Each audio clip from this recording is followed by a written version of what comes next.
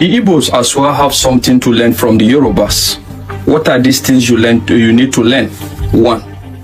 The Yorubas knows how to stoop to conquer. Number 1. Number 2. The Yorubas are good at striking deals, which to some certain extent, a lot of people consider them as betrayers. But no, in reality, they are not betrayers. They just know how to strike a deal. So that is what I think the Igbos need to learn. You need to be good at striking deals, and at the same time, you need to learn to stoop to conquer gradually. The fact is, Nigeria is neither in favor of any common man on the streets, nor a particular region, as it is at the moment. That is the reality. Even the Yorubas, even the so-called Yorubas, and even with the Hausas, it's obvious. But the point is, in agitating for your own state, for your own country, there are ways to go about it that at the end of the day, you will get it without actually breaking a sweat. And what are these ways to go about it? The fact is, the agitation at the moment is centered on marginalization, is centered on underdevelopment, and a lot of other factors. So let's look at these factors. The Igbo land as it is at the moment, what is stopping it from industrializing? There's actually nothing that is stopping the Igbo land from industrializing. Seriously. Once there's unity of purpose, industrialization is just something you can achieve without breaking a sweat. And in regards insecurity, you quite agree with me to some certain extent that the insecurity you face to some certain extent is lesser compared to other regions. And it's still up to you. If you even want to expand and make this security better, you can operate just like other states or other regions are operating as a country on their own at the moment. They have security outfits that are catering for all these things. You can come up with all this and you can run it. And you will ensure that in regards to industrialization, you have a lot of billionaires among you. When you talk about maybe like facilities that are missing, like port and whatever, at the same time, people can have private ports. You guys are capable, you can do that if you want to do that. And a lot of other facilities. And the last time I checked, a lot of the bills that are not even supposed to be presented to the House to make all these things available, I don't see them coming from your politicians. Here do we have a situation where some of your politicians, the governors or whatever, are performing below average. And at the same time, this concept of we don't belong to Nigeria, we want to go, one party saying that, another party saying we believe in one Nigeria, is even doing a kind of disservice to people like Peter Obi. Because the fact is, if your people say they don't believe in one Nigeria, then why are you coming to contest for the presidency of Nigeria? And let's look at this presidency.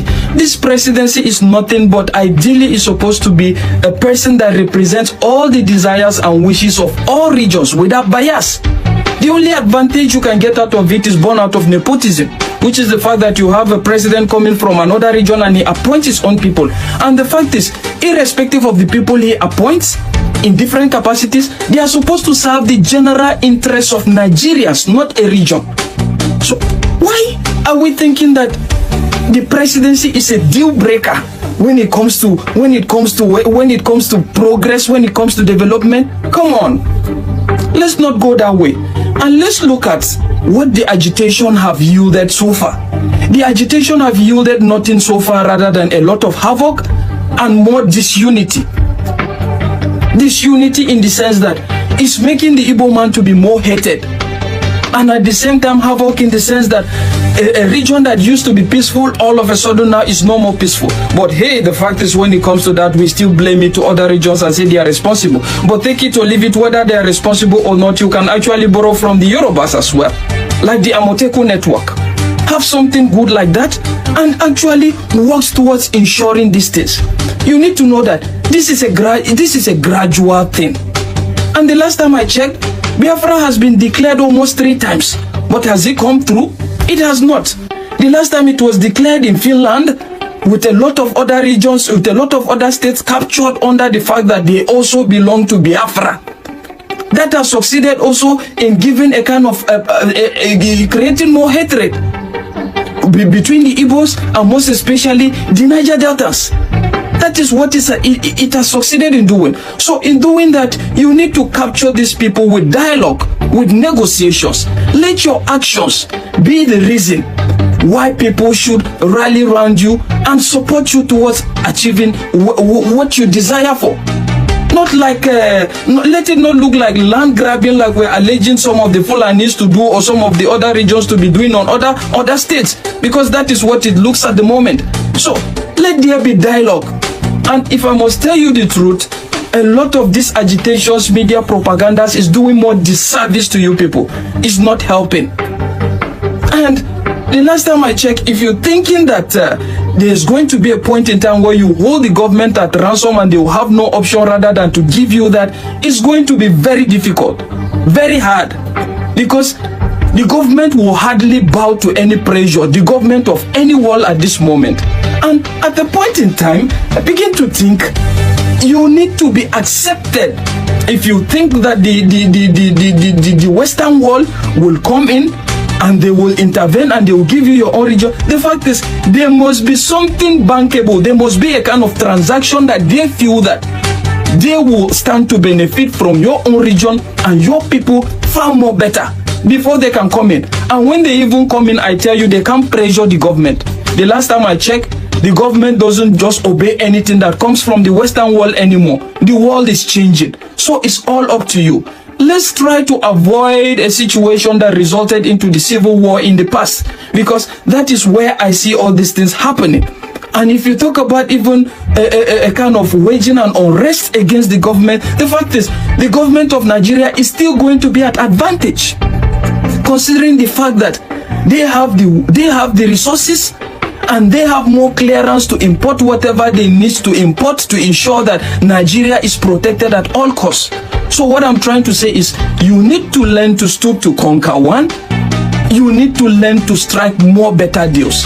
And you need to give this thing more time. It doesn't just happen all of a sudden.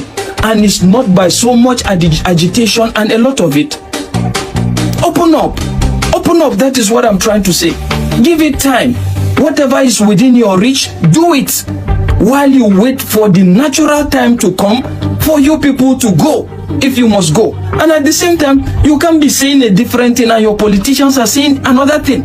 The last time I checked, your politicians are still receiving federal allocation. You still have them in ministerial positions in Nigeria, and at the same time, they are not even lending a voice in regards to all these things you're saying. So at the end of the day, it looks as if it's the common man on the street that is talking about all these things.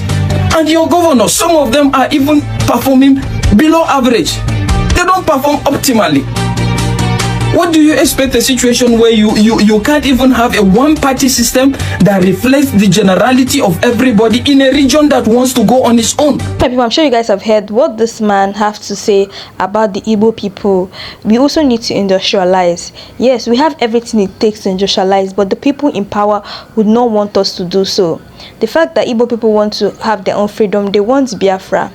Of a certain, Igbo people want Biafra, but they should not forget that P2B, who's also campaigning for the president of Nigeria, is also an Igbo man, and he definitely, if he comes to power, definitely he will still be agitating for the same one Nigeria.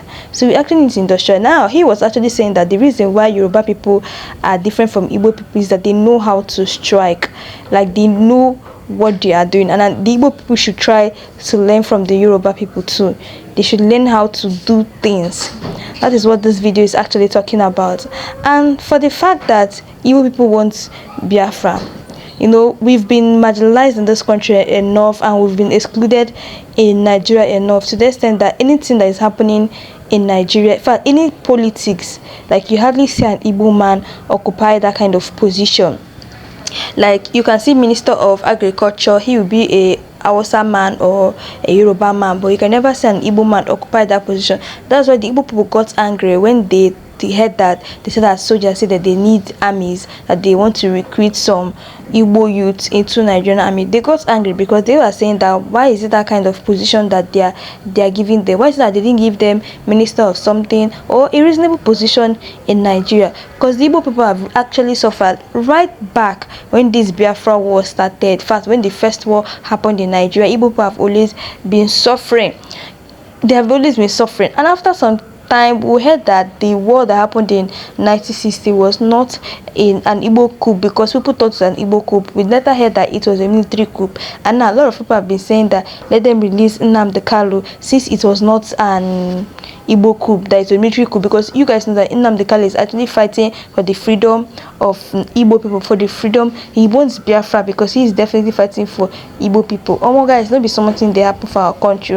Now this not an said that for us to achieve Biafra, we need to stop contesting elections. So guys, that's all we have for today. Let me know your thoughts below. What do you really think about what this man has said in this video? And also, if you know you're new to this channel, please don't forget to click the subscribe button, like and share. So guys, thanks for watching.